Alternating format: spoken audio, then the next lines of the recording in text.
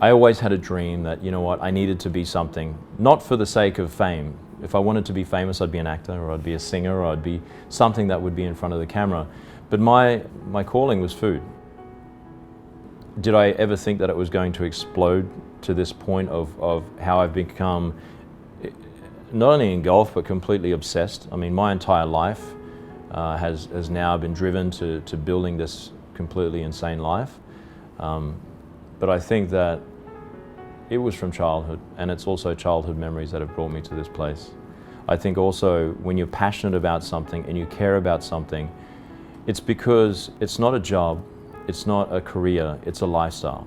And I have a lifestyle where my entirety of my existence is surrounded by what I do. My name is Shaun Hergatt. I'm the executive chef of Juni, New York City. Conceptualization of a restaurant doesn't come from corporate entities. That's the first aspect. It's spawned from, you know, dreaming and things that are inspiring from a human base. When I thought about Juni, it was in my last restaurant. What happened was we got this plant, and I looked at the plant and I started to get all these crazy ideas, and I'm like, that's my next restaurant. Local, organic, it's going to be high-end, it's going to be boutique, 50 seats. It all started to flow, and the creation and the inspiration started to happen over this one particular fava bean with the stem, the two leaves, and then the blossoms. I created this dish, and I'm like, that's my next restaurant. When we look at a plate and we look at the composition of what's going on, it first comes from a philosophy, then it comes from the tasting profile. When we taste, that's the key important factor of why it's a successful dish. You can have the most beautiful dishes in the world, but if it doesn't taste perfect, people will criticize you, and also you can't sleep, because at the end of the day, you want to make sure that what you put in your mouth has that beautiful flavor profile. After that, the direction and the composition of the plate, it starts to form. So first you start out on a particular plate, it may not work. So then we change the shape of the plate. Then you change also the curvature of the plate, the landscape. You change all of these dimensions to understand where the right placement is.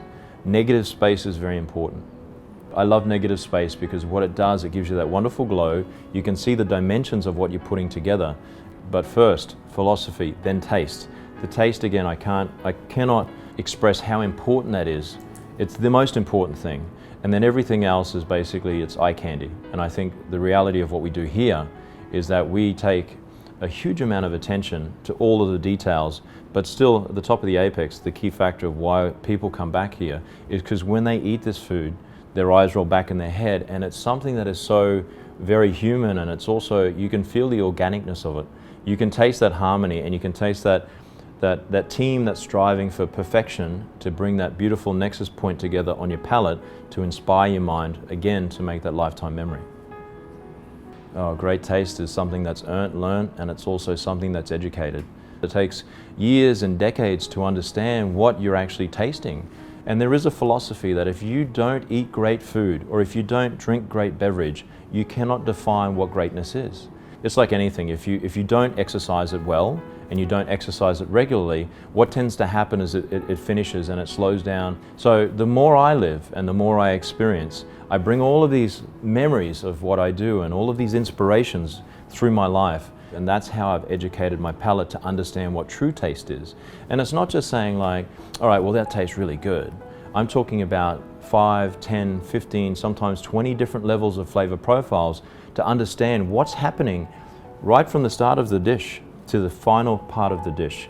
Understanding each mouthful can change according to temperature, texture, flavor profiles, synergization of different flavors. Don't think that you've arrived. It's never going to happen. When I'm 65 years old, I'll still be tasting, and I'll still be really, really interested, because I know that's important to be able to keep the education going, keep your palate living. Always dream big, always achieve big, and at the end of the day, when you hit that milestone, reset your goals and reset your plan and never stop. It's something that you're never going to be finished. If you're a true person who really wants to be successful, you have to live the moment, but you have to also never give up and understand that it's a lifetime. It's not 5 or 10 or 15 years. For me, you know, I would like to be one of the top chefs of the world and supposedly a 3-star Michelin chef. I have to believe that's who I am. I look at the long road and I'm only a quarter of the way there.